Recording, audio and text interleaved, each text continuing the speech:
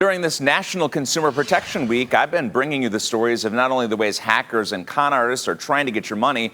Sadly, I've also shared the journey of Northeast Ohioans who are navigating the financial and emotional fallout after finding themselves victimized. This morning, we're taking a closer look at the psychology of scams. A roller coaster of emotions, from fear. That's why we haven't even started anything right now, because I'm scared. To embarrassment and regret. That kills me all the time that I didn't do more research like I should have. For people like Monica Roos, who wrote a $4,000 check for home improvements that never happened, they often find themselves victimized twice. It hurts to this day because I feel like we're smarter than that, but... First comes the financial fallout from being manipulated, followed by a flood of feelings. How do the victims find a way to move forward and maybe shed some of those heavy emotions? Right, absolutely. To get that answer, I sat down with Shirley Ratner, a clinical psychologist with Metro Hospital. Am I going to beat myself up? Am I going to not beat myself up? She tells me scam victims can move forward by recognizing the difference between feeling embarrassed and living with shame. I am extremely embarrassed and humiliated.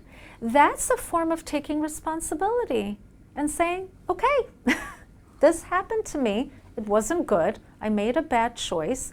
Now what? As opposed to guilt and shame, this happened to me, I'm a bad person. One of the biggest things we all need to realize is those trying to take advantage of us are professionals, and they have a firm grasp on psychology. Part of why people feel bad sometimes that they've been scammed is that, how could that happen to me? I'm a smart, educated person.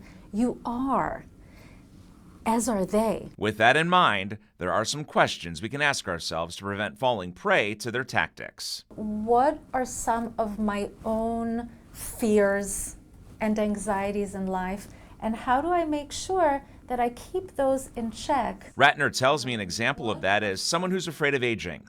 Because scammers tap into our unconscious fears, that person can easily get suckered into buying an expensive face cream that doesn't do what it claims. What are my fears? Turn them into self-love.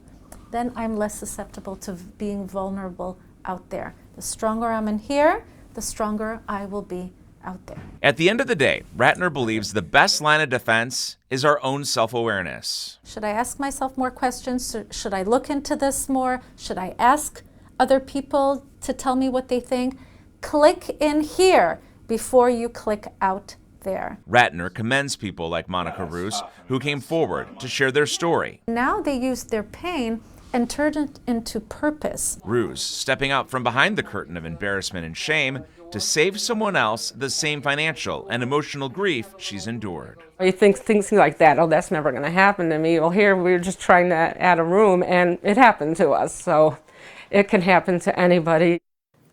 I also spoke with Susan Elbers, a clinical psychologist with the Cleveland Clinic, and she told me National Consumer Protection Week is so important because it helps us all recognize our psychological blind spots that scammers use to lure us in. Among them, creating a sense of urgency with the hope that we respond quickly. The other thing Elbers says to watch for is someone trying to use what's called the foot in door technique. They ask you to commit to something small with the hope in the future that you will commit to something much larger. They also use the technique of reciprocity. This is where they give you something, knowing in human nature that we tend to reciprocate. We feel a sense of obligation when someone gives us a gift or a small token. Elbers told me another avenue that scammers will pursue is authority bias, where we tend to be more trusting of people with power. Those might pose as police officers or FBI agents to gain our trust. I've spent this past week alerting you to the latest scams out there and the steps that you can take to stay ahead of the scammers and hackers. But my work doesn't end as National Consumer Protection Week wraps up. I will continue working with those agencies, deploying resources to help Ohioans as our coverage expands well beyond the last 5 days. But I also want to work with you. So please email me at michael.brookbank@wews.com if you have any consumer-related concerns or if you've been victimized by a scam. I'm committed to following through to better protect your personal and financial well-being. It's very formal to hear you called Michael. Michael, I know it's very odd, but that's how the email was set up. That's your email, so I love it, Mike. Thank you. Yeah, of course. Good tips there. Thanks, yeah, some good